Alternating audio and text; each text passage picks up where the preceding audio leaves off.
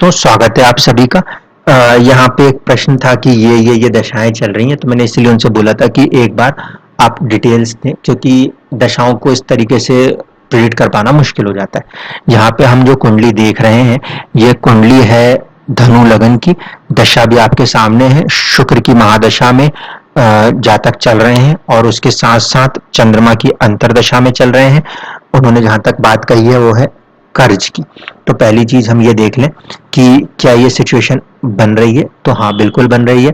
क्यों? क्योंकि शुक्र जो है वो छठे भाव का स्वामी है, रोग, रिपु, ऋण, जिसमें कि ऋण मतलब खर्च, तो वो वाली चीज वहां पे देता हुआ नजर आता है। शुक्र साथ ही साथ लाभ भाव का स्वामी है, तो वो लाभ भी देते हुए नजर आएंगे, इसमें कोई दो राय नहीं बनती। लगन कुंडली से सबसे पहले चीजों को चेक कर लें। तो जिसकी दशा चल रही है वो किसी भी कंडीशन में फर्स्ट हाउस लॉर्ड जुपिटर का मित्र नहीं है। ठीक है, गुरु शुक्र की राशि में जाके बैठे हैं, लेकिन नैसर्गिक शत्रु, तात्कालिक शत्रु, इसलिए अति शत्रु पीरियड कहा जाएगा। तो शुक्र की जो दशा है वो लगन को बहुत ज्यादा सपोर्ट नहीं करेगी, वो उसके लिए कंप्लीट एनेमिकल दशा है। इस लिहाज से अगर बात की जाए तो हेल्थ पे फोकस जरूर रखिएगा, क्योंकि लगन हेल्थ को भी दर्शाता है। ठीक है, लेकिन पॉजिटिव किस साइड से देखना चाहिए? पॉजिटिव साइड ये देखना चाहिए कि शुक्र जो है वो कहीं ना कहीं चंद्र कुंडली में अष्टम के स्वामी जरूर है। परेशानियां, बेवजह की परेशानियां सब कुछ दिखाएंगे, लेकिन चंद्र कुंडली में क्योंकि वो राशि स्वामी है, इसलिए कहीं ना कहीं वो अच्छे भी हैं। तो पॉजिटिविटी की उम्मीद यहां से नजर आती है। ठीक, दूसरा कि सूर्य कुंडली को भी नहीं भूलना चाहिए, सिर्फ एक लगन के पीछे नहीं भागा जाता। सूर्य कुंडली में हम देखें तो शुक्र जो है वो राजयोग कारक ग्रह माने जाएंगे। क्यों? क्योंकि वो नवम के भी स्वामी है और चतुर्थ भाव के भी स्वामी है।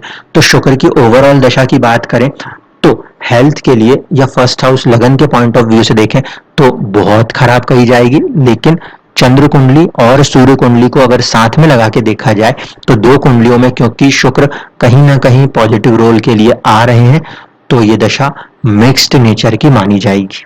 परेशान भी करेगी, कुछ राहत भी देगी। ठीक, ये हुई शुक्र की ओवरऑल पिक्चर। अब सबसे पहले ये देखा जाए कि बात हो रही है कर्जे की और इन सारी चीजों की। तो कर्जे और ऐसी चीजों में क्या होता है कि इंसान अपने मनमर्जी से उसमें फंसता नहीं है, प्लान करके चलता है। कोई भी इंसान, हम ऐसा मान लेते हैं। अगर इस चीज को माने तो हम सबसे पहले बात करेंगे कि पास्ट बर्थ चार्ट और उसके अंदर चलने वाली दशाओं की। तो पास्ट बर्थ चार्ट से अगर मैं कनेक्ट करूं, ठीक है, तो D60 को मैंने कनेक्ट किया और मैंने इसको सीधे लगन के तुल्य बनाया है।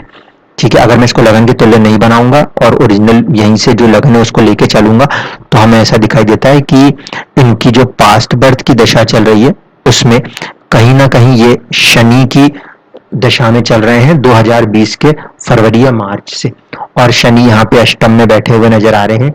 इस चीज को यहाँ पे प्रेडिक्ट कर पाना बहुत आसान नहीं होगा। ठीक है, अब क्या करते हैं, पहले तो इसको लगन के तुल्य कर लेते हैं और फिर कोशिश करते हैं कुछ प्रेडिक्ट करने की।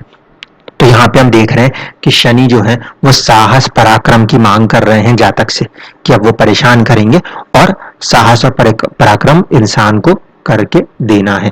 ठीक, इतनी सी बात यहां से समझ में आती है। अब ये जो शनि है पास्ट बर्थ का, ये इस जन्म में नीच राशिस्थ होके आए हैं और कहां से कनेक्ट हुए हैं? आपके सेकंड हाउस और थर्ड हाउस से, और यहाँ पे आप देखो नीच राशिस्थ हो रहे हैं। तो ये क्या इशारा कर रही है जिंदगी? यहाँ पे जिंदगी सीधे सीधे एक इशारा कर रही है कि हम कोशिश अपने आप को खोजने की कर रहे हैं लगन कुंडली के दशाओं से, लेकिन बिहाइंड द सीन हमारे साथ कोई एक दूसरी दशा भी ऐसा ही काम कर रही है जो कि परेशान कर रही है, जिसमें अब आप देख सकते हो शनि नीच राशिस्थ और सेविंग्स के लॉर्ड बने हुए हैं। इसलिए चुनौती क्या है? चुनौती यह है कर्ज लिया हुआ। कर्ज कैसे चुकाया जाता है? जब आपके पास कुछ लाभ आता है और उसमें से आप चीजों को दे रहे होते हो, यानी कि आपके पास जब अपने खर्चों में से बचत हो रही होती है तब आप दूसरे का कोई कर्ज खत्म कर रहे होते हो। तो यहाँ पे बचत नहीं हो पा रही, ये शनि का फैक्टर काम कर रहा है। मैं यहाँ पे ये नहीं कह रहा कि बिल्कुल कमाई ही नहीं हो पा रही, हो सकता है कमाई हो पा रही हो, लेकिन अपने ही दिन भर के जो रिक्वायरमेंट्स उसी को कंप्लीट कर पा रहे हो, उससे ज्यादा आगे ना जा पा रहे हो। ये सिचुएशन यहाँ पे ऐसे नजर आती है। ठीक है, अब दशाओं के अंदर जब हम उतरे तो हमें यह देखना चाहिए कि शुक्र के साथ बाकी दशाओं में जब हम आएंगे तो कैसा रिलेशन बनता है। शुक्र को अब नवमांश कुंडली से भी एक बार जरूर जांच लेना चाहिए। नवमांश कुंडली को मैंने उठाया और आपके लगन कुंडली के तुल्य बना दिया। ऐसे स्थिति में मैं देखता हूं कि शुक्र आपके लिए भाग्य से, किस्मत से, छठे भाव के उसमें बैठे हुए से रिजल्ट कर रहे थे। तो दशा के अंदर आप महसूस कर रहे हो कर्ज या तो रोग, इन चीजों के साथ वो कहीं ना कहीं कनेक्ट कर रहे हैं।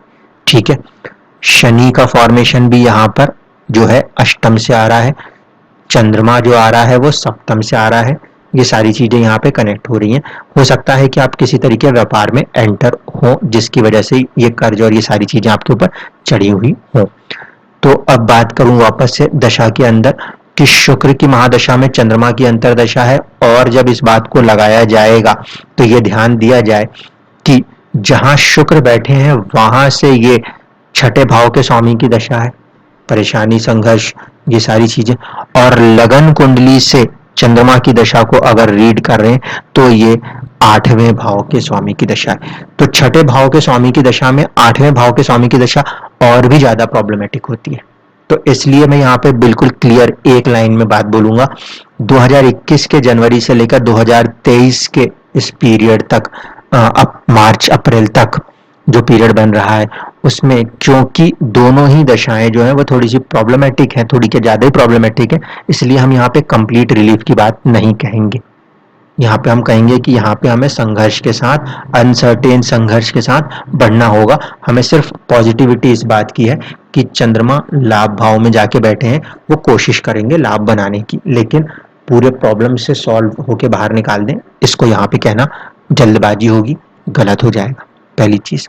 दूसरी चीज कि इस समय आप शनि की दशा को कनेक्ट कर रहे हो, तो शनि की दशा को जब आप कनेक्ट कर रहे हो, हम थर्ड लेवल पर आ चुके हैं, इसके आगे की सारी दशाएं शनि के ऊपर ही डिपेंडेंट है।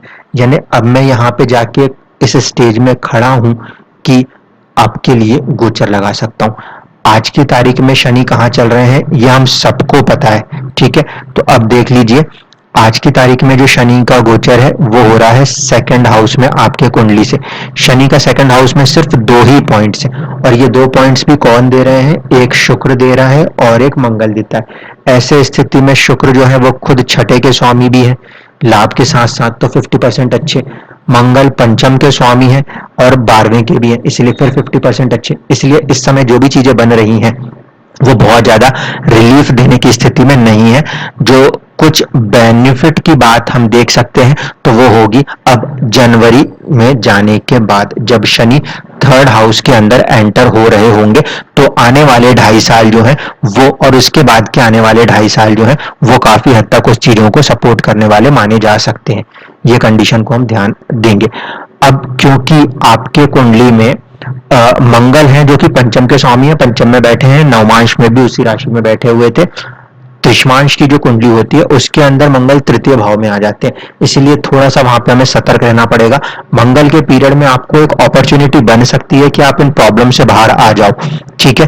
मंगल का पीरियड भी अगर हम देख लें तो शुक्र की महादशा में चंद्रमा की दशा खत्म होने के बाद, क्यों कह रहा हूं, चंद्रमा क्योंकि अष्टम का स्वामी है, सर्टेनली लाभ भी दे सकता है, लॉस भी दे सकता है। इन दोनों फैक्टर को ध्यान में रखने के बाद जब हम आएंगे तो जब मंगल की दशा है तो वहां पे हम कहीं ना कहीं सिचुएशन में होंगे धीरे धीरे करके अपने कर्ज को खत्म करने की। मंगल की दशा 2024 तक है, तो हम ऐसा मान सकते हैं कि 2023 और 24 के पीरियड के अंदर जाकर हम इस सिचुएशन में होंगे जब आपके गुरु जो है उनका भी गोचर आपको कुछ सपोर्ट कर रहा होगा, जो कि 6 पॉइंट पर है, ठीक है। इस लिहाजा से हम बात कह सकते हैं कि जो ये परेशानी से अभी आप चल रहे हो इसका सॉल्यूशन 24 तक, 2023 से 24 के बीच में आप उसकी उम्मीद कर पाओगे, ठीक। दूसरी चीज कि जो दशा आगे आने वाली है वो फिर शुक्र से फ्रेंडली हो, तो शुक्र से फ्रेंडली दशा मंगल की भी है, क्योंकि देखिए 3 घर आगे पीछे बैठे, ठीक। दूसरी जो है वो होगी राहु की, यानी मंगल की दशा के बाद राहु का फैक्टर बनता है, और राहु जो है वो अपनी ही राशि का माना जाएगा कुंभ राशि के लिहाज से, ठीक है। और कहीं ना कहीं इस कुंडली में एक प्रॉब्लम और है, वो ये कि राहु और सूर्य एक साथ युति में आए हुए, जिसकी वजह से कहीं ना कहीं हम इसको ऐसे भी मान सकते हैं जैसे पितृदोष वाला फैक्टर है, तो वो भी परेशानी का कारण बन सकता है, एक चीज। दूसरा प्लस पॉइंट देखिए जो कि माइनस भी है और प्लस भी है, वो ये कि शुक्र की युति जो है वो सूर्य से हुई है, यानी कि 11th हाउस की जो युति है वो कहीं ना कहीं कनेक्ट हुई है 9th हाउस से। तो किस्मत से इसको धनयोग के तौर पे देखा जा सकता है, लेकिन इसमें परेशानी ये है कि छठे भाव की युति भी 9वें के साथ हो गई है, इसलिए किस्मत में बेवजह का संघर्ष बहुत ज्यादा बढ़ के आया हुआ है। ये दोनों चीजें एक साथ कनेक्ट हुई हैं। दशाओं को लेकर आप जो चीजों से उम्मीद लगा रहे हैं कि ये ग्रह यहाँ चला गया, वो वहां चला गया, छप्पर फाड़ के ये दे देगा, इन उम्मीदों को अभी आप ना लगाएं, क्योंकि जो दोनों ही दशाएं इस समय आप पे काम कर रही हैं, कम से कम ये चंद्रमा का फेस की जो दशा है इस पीरियड को थोड़ा सा क्रॉस कर जाए। जो दूसरी बेहतरीन कुंडली यहाँ पे बनती है चंद्रमा से, वहां पे हमें पॉजिटिवनेस नजर आती है, ठीक है।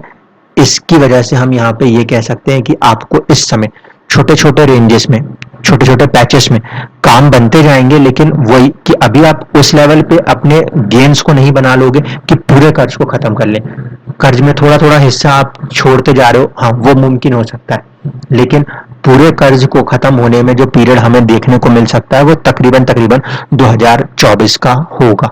इसीलिए पूरी राहत की बात करेगा कोई भी इंसान जब ऐसे सवालों के जवाब चाहता है, तो ये चाहता है कि उन्हें कंप्लीट रिलीफ कब मिले, इसके बारे में बात की जाए। तो कंप्लीट रिलीफ के लिए मैं फिर से कह रहा हूं, आप ये मान के चलो मेंटली, इस बात में आप अपने आप को प्रिपेयर करके चलो कि आप अपने आप को तकरीबन तकरीबन 2024 में जाके मेंटली रिलीफ के साथ चीजों को देखोगे, जून 2024 के आसपास। कारण बिल्कुल क्लियर है कि मंगल जो है वो 5th हाउस लॉर्ड के साथ साथ आपके 12th हाउस का भी लॉर्ड है, इसलिए उस पीरियड में भी वो 6 और 12 के संबंध को लेके चल रहा होगा। तब मेरी सलाह ये होगी कि अपने हेल्थ पे थोड़ा ज्यादा स्ट्रॉन्ग फोकस करिएगा, ठीक है। इन चीजों के साथ अपने आप को हेल्दी रखना है।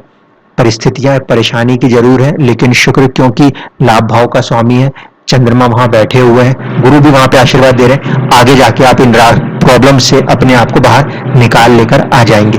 धन्यवाद।